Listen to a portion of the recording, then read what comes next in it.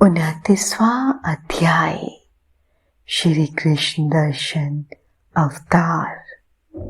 नंदीश्वर बोले, हे संत कुमार जी, इक्ष्वाकु वंश में श्राद्ध देव की 9वीं पीढ़ी में राजा नभग का जन्म हुआ और उनके पुत्र नाभाग हुए।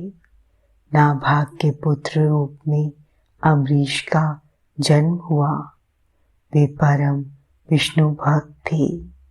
अम्बरीश के पितामह नभग को स्वयं भगवान शिव ने ज्ञान दिया था। एक समय की बात है कि जब नभग गुरुकुल में शिक्षा ग्रहण करने गए हुए थे, उस समय उनके भाइयों ने राज्य का विभाजन कर लिया और नभग के भाग को भी हड़प कर अपने राज्य में मिला लिया। शिक्षा ग्रहण करने के पश्चात जब वे गुरुकुल से लौटे तो उन्होंने अपना भाग मांगा, परंतु उनके भाइयों ने कहा कि हमने तुम्हारा हिस्सा किया ही नहीं था। अब जो कुछ भी मांगना चाहते हो वे तुम पिताजी से मांगो। अपने भाइयों के स्वार्थी वचनों को सुनकर नभग को बहुत दुख हुआ। वे अपने पिता के पास गई और उन्हें सब कुछ बताया। पिता ने उन्हें धैर्य बंधाते हुए बोले कि तुम्हारे भाइयों ने तुम्हारे साथ छल किया है। बेटा, तुम बुद्धिमान हो और अपनी जीविका का स्वयं प्रबंध कर सकते हो।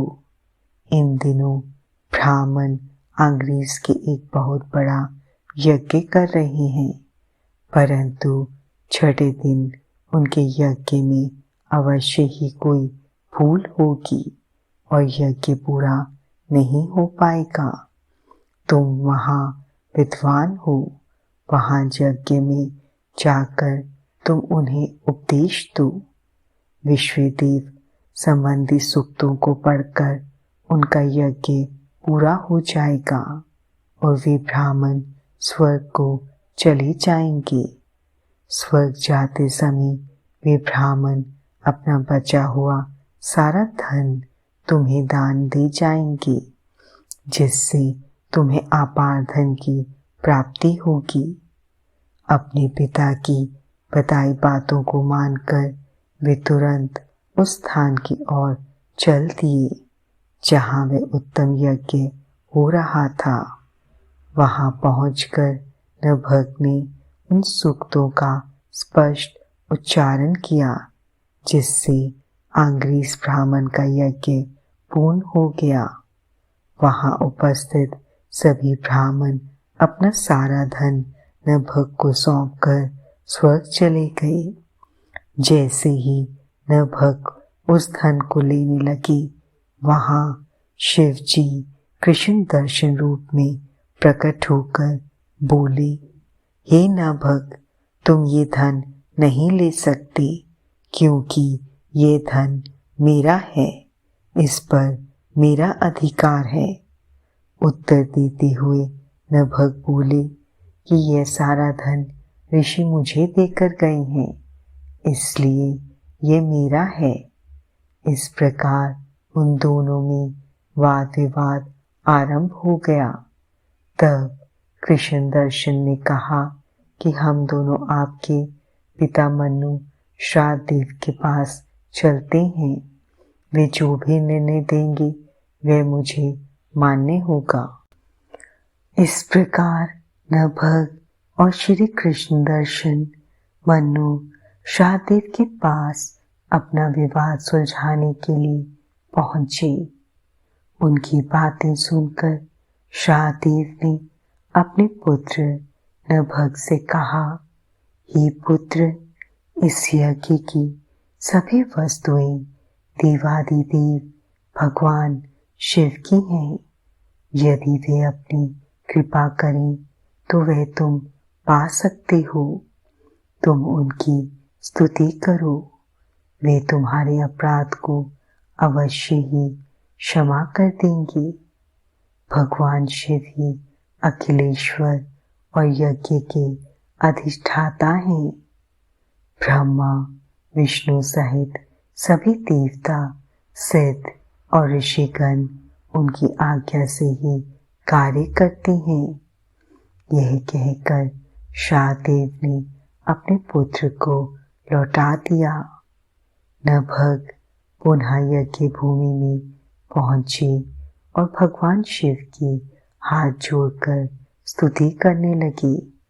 उन्होंने क्षमा याचना की। उनकी प्रार्थना सुनकर ब्रह्मा, विष्णु व अन्य देवता भी वहां प्रकट हो गए और वे शिव रूपी कृष्ण दर्शन की स्तुति करने लगे। तब प्रसन्न होकर वे बोले, हे पुत्र नभग, तुम्हारे पिता के वचन बिल्कुल सत्य हैं।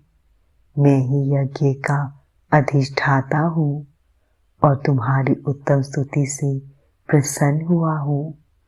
मैं तुम्हें सनातन ब्रह्म ज्ञान देता हूँ। तुम महाज्ञानी हो और सब अभीष्ट वस्तुओं को ग्रहण करो। यह कहकर भगवान शिव अंतर्ध्यान हो गए। सब देवता भी उनके गुणों का गान करते हुए अपने अपने धाम को चले गए। शाहदेव भी नभग के साथ अपने घर चले गए। इस लोक में अनेक सुखों को भोग कर मृत्यु के उपरांत वे शिवलोक वासी हुए। इस प्रकार मैंने भगवान शिव के कृष्ण दर्शन नामक अवतार का वर्णन किया। इसे सुनने अथवा पढ़ने से सभी प्रकार के लौकिक और पारलौकिक मनोवांछित फलों की प्राप्ति होती है।